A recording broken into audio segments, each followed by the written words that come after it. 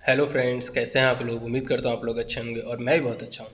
तो दोस्तों, कुछ ऐसे कमेंट्स आ रहे हैं जो कि शॉर्ट पेमेंट रिसीव्ड जो एक्सपोर्ट के केस में हुआ है, लोगों के पास पैसे कम आए हैं, किसी भी रीज़न की वजह से हो सकता है। कुछ उनके गुड्स में डिफेक्ट हो गया हो जिस वजह से बायर ने पैसे कम रिलीज़ किया है, तो अब उनको दिक्कत आ रही है बैंक में शिपिंग बिल को क्लोज कैसे कराएं।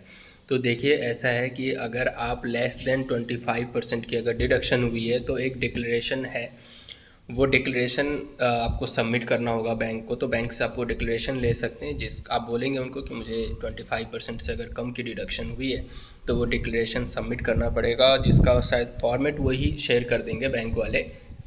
बट उसकी कंडीशन यही होती है कि आपको जो भी प्रोपोर्शनेट आपने वो इंसेंटिव लिया होगा उस एक्सपोर्ट शिपमेंट के अगेंस्ट, वो आपको रिफ़ंड करना होगा विद इंटरेस्ट। तो अब सेकंड केस ये बनता है कि अगर 25% से ज़्यादा की अगर डिडक्शन हुई है तो उस केस में शिपिंग बिल का राइट ऑफ का प्रोसीजर होता है, और राइट ऑफ के केस में आपको बैंक के फिर से कंप्लाइंसेस पूरी करनी पड़ेगी और उसमें चार्टर्ड अकाउंटेंट के सर्टिफिकेशन की भी ज़रूरत पड़ती है। तो वहाँ पे फिर से देखिए, आपको सारी चीज़ें बैंक के साथ ही चलनी है। बैंक में आप जो भी फॉरेक्स मैनेजर होगा सीनियर, उससे आप डिस्कशन कीजिए इस प्रॉब्लम के बारे में, फिर वो आपको सही गाइड कर पाएंगे। लेकिन उनको क्लियरली बताना पड़ेगा कि ये ट्रांजेक्शन ऐसे हुई है। ये था शॉर्ट के केस में। और सेकंड, जो एक कॉमन क्वेरी आ रही है कि हम ई कॉमर्स एक्सपोर्टर हैं, एक्सपोर्ट कर चुके हैं, लेकिन अब बैंक से नोटिस आया जा रहा है कि हाँ, अपने शिपिंग बिल क्लोज कराओ, EDPMS में क्लोज कराओ। तो मैं इसके ऊपर पहले ही बहुत सारी वीडियो बना चुका हूँ कि ये कॉम्प्लाइंस का पार्ट है, तो आपको फॉलो तो करना ही पड़ेगा। और बैंक बैंक के जो चार्जेस हैं वो वेरी कर रहे हैं, इसमें हर बैंक अलग अलग चार्जेस ले रहा है शिपिंग बिल क्लोज करने के। तो इसमें आपको बैंक से नेगोशिएट करना होगा कि किस लेवल पे आपकी नेगोशिएशन स्किल काम आएगी, या फिर कैसे आपके रिलेशन है बैंकर्स के साथ, वो डिपेंड करता है इस चीज़ में। हाँ, शिपिंग बिल को क्लोज कराना अभी तक तो ज़रूरी है, जैसे नॉर्मल एक्सपोर्ट के केस में वैसे ही ई कॉमर्स एक्सपोर्ट के केस में भी। अब ये बात है कि हाँ, हम ई कॉमर्स एक्सपोर्टर उसमें पैसा ही नहीं कमा पा रहे हैं, या उतनी उनकी मार्जिन ही नहीं है, तो बैंक को कहाँ से 1500-2000 रुपये देंगे, या 200-500 भी कहाँ से दे पाएंगे। तो ठीक है, ये तो मैं पहले भी डिस्कस कर चुका हूँ कि ये एक लॉस का बिजनेस है।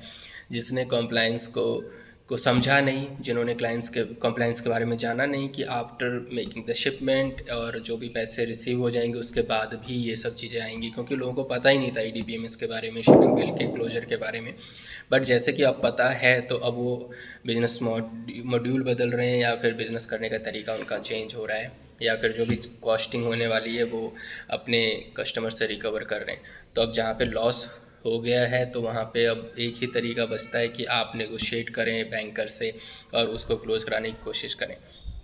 फिर आगे अगर डिस्कशन करें कि सर अब क्लोज कराएं भी तो कैसे कराएं, क्योंकि पैसे INR में आ रहे हैं, वो कहते हैं जी फॉरेन करेंसी में आनी चाहिए, या फिर जो पैसे आ रहे हैं उसमें जो मिडल की जो कंपनीज हैं जो पैसे कन्वर्ट करके ट्रांसफ़र कर रहे हैं उसका नाम आ रहा है, जबकि कस्टमर का शिपिंग बिल में जो नाम है वो किसी और का है। तो इस वजह से मैच नहीं कर पा रहे हैं उस पेमेंट को, ये पेमेंट इसी से आया है।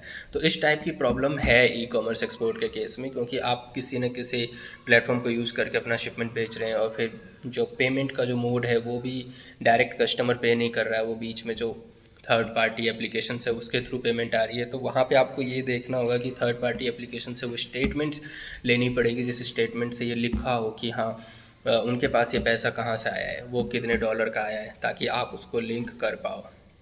बहुत ही कॉम्प्लेक्सिटी है ऐसे ट्रांजेक्शन्स में। जब तक आप इन सब चीज़ों को अच्छे से नहीं समझेंगे तब तक आई थिंक ये बहुत ही मुश्किल काम है बैंक को समझाना और उसको क्लोज कराना।